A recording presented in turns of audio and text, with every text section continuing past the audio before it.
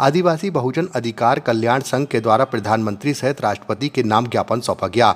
ज्ञापन के माध्यम से संघ के पदाधिकारियों ने बताया कि माननीय सर्वोच्च न्यायालय के द्वारा 1 अगस्त 2024 को अनुसूचित जाति जनजाति वर्ग में आरक्षण की उपवर्गीय पर दिए गए विवादित निर्णय, जो कि 6:1 के बहुमत से दिया गया है, इससे आरक्षित वर्ग अपने आप को ठगा महसूस कर रहा है। माननीय सर्वोच्च न्यायालय के द्वारा राज्यों को उपवर्गीकरण का अधिकार देने संविधान के अनुच्छेद 341, 342 का उल्लंघन है, जो कि संसद के द्वारा राष्ट्रपति को आरक्षित वर्ग की सूची में वर्गीकरण, उपवर्गीकरण एवं विभाजन के लिए संवैधानिक शक्तियां प्रदान करता है।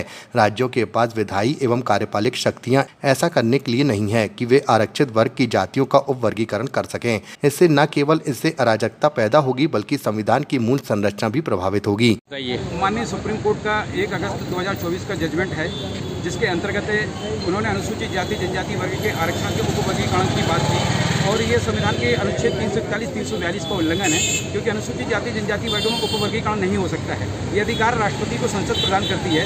ये सीधे संसद और राष्ट्रपति के अधिकार क्षेत्र का अतिक्रमण किया है माननीय सुप्रीम कोर्ट ने।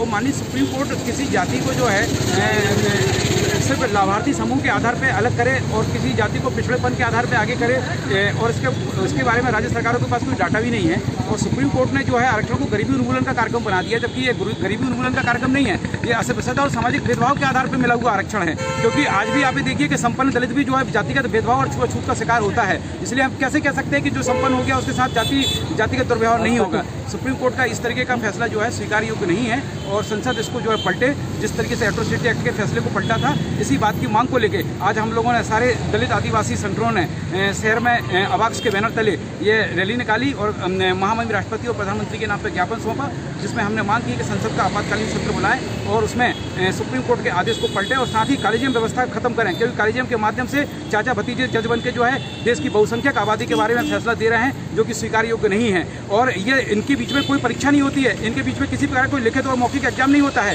सिर्फ एक दूसरे को चिन्हित कर लेते हैं, एक परिवार के लोग बैठ के और अनुशंसा कर देते हैं भारत सरकार के विधि मंत्रालय को, और वो गजट नोटिफिकेशन कर देते हैं। और अमुक आदमी जो है भले उसने प्रैक्टिस उसकी कभी ना चली हो कोर्टों में, लेकिन वो हाई कोर्ट और सुप्रीम कोर्ट का जज बन के हमारे भारत भाग्य विधाता बन जाता है, हमारे भाग्य का निर्धारण करता है। इस तरीके की व्यवस्था हमें मंजूर नहीं है। जब एक सफाई कर्मचारी के लिए भी प्रतियोगिता परीक्षा होती है और उसको भी जो है उसकी योग्यता और उसकी मिनिमम क्वालिफिकेशन के आधार पर भर्ती होती है, तो सुप्रीम कोर्ट और हाई कोर्ट के जजों की कोई क्वालिफिकेशन ही निर्धारित नहीं है, सिर्फ इसलिए कि वहाँ पे हमारा कोई आरक्षण लागू नहीं है। तो हमारी मांग है कि न्यायपालिका में भी आरक्षण लागू हो, कॉलेजियम सिस्टम खत्म हो और रोहिणी आयोग की अनुशंसा को लागू किया जाए। इन 3 सूत्री मांगों को लेकर आज हमने ज्ञापन सौंपा है और यदि हमारे मांगों पर कार्रवाई नहीं होती है तो 21 तारीख का भारत बंद भी हम कराएं।